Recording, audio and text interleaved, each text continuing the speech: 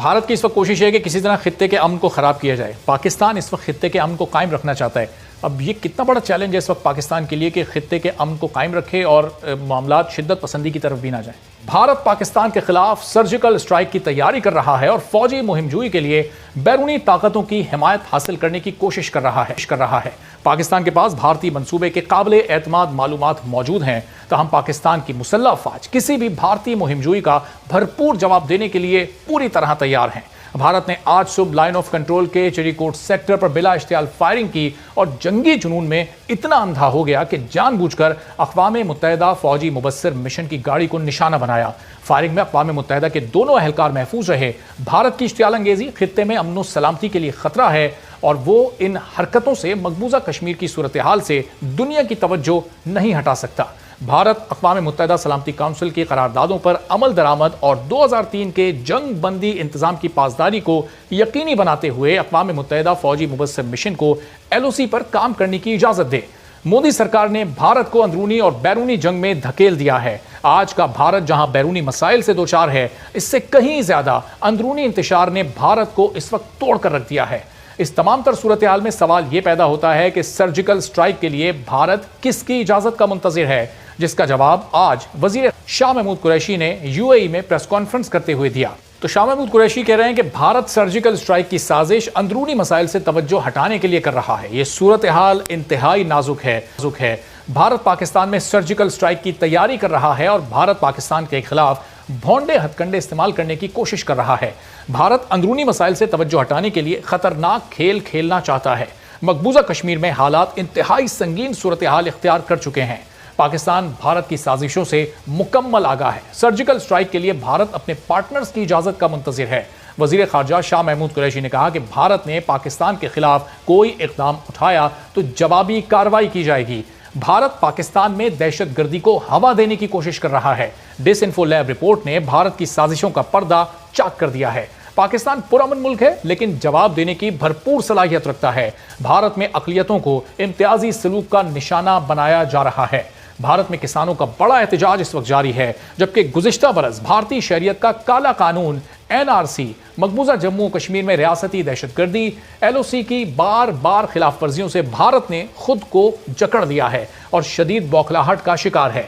بھارت کے اس رویے سے نمٹنے کے لیے افواج پاکستان دفاع وطن کے لیے ہمہ وقت تیار ہیں اور کسی بھی قسم کے حملے کی صورت میں صرف جواب نہیں بلکہ منہ توڑ تگڑا جواب دینے کے لیے منتظر ہیں، کیونکہ دنیا کی سب سے پروفیشنل آرمی کے لیے ایسے بدحواس دشمن سے نمٹنا کوئی مشکل بات نہیں۔ مجھے یہ نہیں سمجھ آتی ڈائیورٹ ہوگی کس طرح، مطلب کوئی کارروائی کریں گے تو کیا پاکستان سوتا رہے گا یا کوئی اس دن کیا ناغہ ہوگا پاکستان میں کہ وہ دیکھیں گے نہیں، سوچیں گے نہیں ہم کیا کریں گے؟ ہم وہی کریں گے جو 2019 میں ہوا ہے اور اس سے بھی زیادہ کریں گے۔ ایک پائلٹ یہاں تھا، منتیں کرتے رہے واپس لینے کے لیے، ہم نے خود گڈ ول میں والنٹیرلی دیا۔ اب کیا اگلی دفعہ پھر اپنی اسی طرح بے عزتی کرانا چاہتے ہیں؟ تو پتہ نہیں، یہ اللہ بہتر جانتا ہے، لیکن یہ آئیڈیولوجیکل سوچ جو ہوتی ہے نا جی، جب بالکل ایک ریاست جو ہے وہ ایک کانفرنٹیشنل آئیڈیالوجی، ایکسپینشنسٹ آئیڈیالوجی پہ چلنا شروع ہو جائے تو وہ پھر اس طرح کی حرکتیں کرتی ہے اور پھر اس کا اور ایک مافیا کا ڈسٹنکشن کرنا ناممکن ہو جاتا ہے۔ مجھے لگتا ہے معاملہ وہاں پہنچ گیا۔ وزیر خارجہ شاہ محمود قریشی صاحب پریس کانفرنس جب کر رہے تھے، انہوں نے بڑا واضح کہا کہ بھارت اپنے پارٹنرز کی اجازت کا منتظر ہے سرجیکل سٹرائک کے لیے۔ تو یہ کن پارٹنرز کی جانب شاہ صاحب اشارہ کر رہے ہیں؟ کون سے ملک ہیں ابھی بھی ایسے دنیا میں جو اس طرح کے حالات کے بعد بھارت کا مکروہ چہرہ دنیا کے سامنے آنے کے بعد بھی بھارت کے پارٹنرز بنے ہوں؟ دیکھیے، مناسب نہیں ہوگا کہ میں آپ کو نام لوں اس وقت۔ دنیا کے بہت سے ممالک ہیں، ہمارے بھی بڑے اچھے تعلقات بہت سے ممالک سے ہوتے ہیں، لیکن آپ اس سے بس اندازہ لگا لیں کہ وسطی دنیا میں یہ ایسی حرکات پہلے بھارت کرتا رہا ہے۔ ایسی بات کرتا ہے کہ دنیا سمجھے کہ بڑا وکٹم ہے اور پھر دنیا کہے جی کہ یہ تو ان کا رائٹ ہے، لیکن کیا دنیا بھی اتنی احمقانہ بات پہ کھڑی ہو سکتی کہ ایک نیوکلیر ریجن میں کوئی کہہ رہا ہے کہ کوئی ہوا کچھ نہیں؟ چلے پہلے تو ایک جھوٹ بولتے تھے نا، کوئی کیا کہ جی وہ دیکھیں اٹیک ہوا تھا اس لیے، ابھی کیا ہوا ہے جس کے لیے یہ ایسی بات کریں گے؟ تو یہ اپنے اندرونی معاملات کو کوشش کر رہے ہیں حل کرنے کی اس طرح، اور بالکل بے وقوفی والی بات ہے۔ پاکستان تو ایک امن پسند ملک ہے، اس امن کی خواہش کو شاید بھارت پاکستان کی کمزوری سمجھتا ہے، جس میں ظاہر کوئی حقیقت نہیں ہے۔ اب پاکستان کی اس طرح کے واقعات کے بعد پھر آگے کیا اسٹریٹجی ہے، کیا حکمت عملی ہے؟ اب گورنمنٹ کن لائنز پر سوچ رہی ہے؟ تو میں نے پہلے بھی یہ کہا ہے کہ یہ بھارت جو ہے وہ اب اپنے حلیفوں کے لیے بھی ایک لائبلٹی بن گیا ہے، اور ان کو آہستہ آہستہ سمجھ آ جائے گی. جو پہلے کہتے تھے نا کاؤنٹر ویٹ ٹو چائنا، وہ اپنا ہی کاؤنٹر کر رہا ہے، اس لیے چین تو بڑی دور کی بات ہے. بالکل اقوام متحدہ اگر اب بھی نہیں اس کا نوٹس لے گی تو کب لے گی؟ بہرحال ہمارے جو وہاں مستقل مندوب ہیں وہ یہ ان موغب کے واقعے کو آج ہی وہاں اٹھائیں گے، لے کے جائیں گے اور فارملی لے کے جائیں گے. اپنے آفیشلز کو، اپنی گاڑیوں کو تو اقوام متحدہ ڈیفینڈ کرے گا نا، اور تو یہ بھی پتہ کرے پھر کہ کہاں سے وہ گولی چلی اور کیوں چلی. ہم نہیں کرتے، وہ کر لیں. EU لیب ہماری تو نہیں ہے وہ جس نے یہ سارا کچھ دکھایا. تو اب تو دنیا بول رہی ہے نا، ہمیں بولنے کی ضرورت نہیں ہے. اور ہم جتنے بھی ایونیوز ہمارے پاس، لیکن مجھے صاحب ظاہر ہے کہ بھارت کی اس وقت کوشش ہے کہ کسی طرح خطے کے امن کو خراب کیا جائے. پاکستان اس وقت خطے کے امن کو قائم رکھنا چاہتا ہے. اب یہ کتنا بڑا چیلنج ہے اس وقت پاکستان کے لیے کہ خطے کے امن کو قائم رکھے اور معاملات شدت پسندی کی طرف بھی نہ جائیں؟ چیلنج یہ ہے جی، چیلنج یہ ہے کیونکہ وزیر اعظم صاحب کی بالکل واضح ہدایت ہے کہ پاکستان کا فوکس امن اور اس خطے کی سلامتی ہے.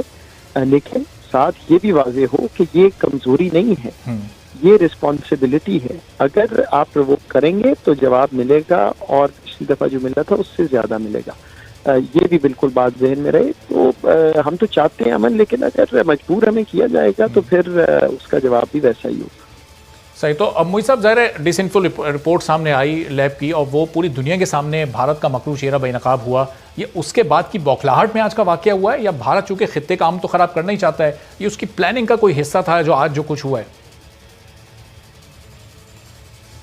نہیں دیکھیے، یہ انفارمیشن تو پہلے اس طرح کی آتی رہتی. پہلے بڑی دفعہ یہ بات ہم نے پبلکلی کی ہے پچھلے کچھ ہفتوں میں، بٹ اس وقت بڑی مخصوص انفارمیشن، یہ بالکل ایک جس کو کہتے ہیں سالڈ، جب آپ کے پاس ایویڈنس آ جاتا ہے تو یہ معاملہ وہاں پہنچا تو ہم نے ایسی بات کی ہے. تو یہ ڈس انفو لیب، OCR، یہ سارا اس میں شامل ہوگا، آئی ایزیوم شامل ہوگا. لیکن کوششیں تو بڑی دیر سے کر رہے ہیں، اور پہلے بھی ناکام ہوئے، انشاءاللہ ابھی بھی ہوں.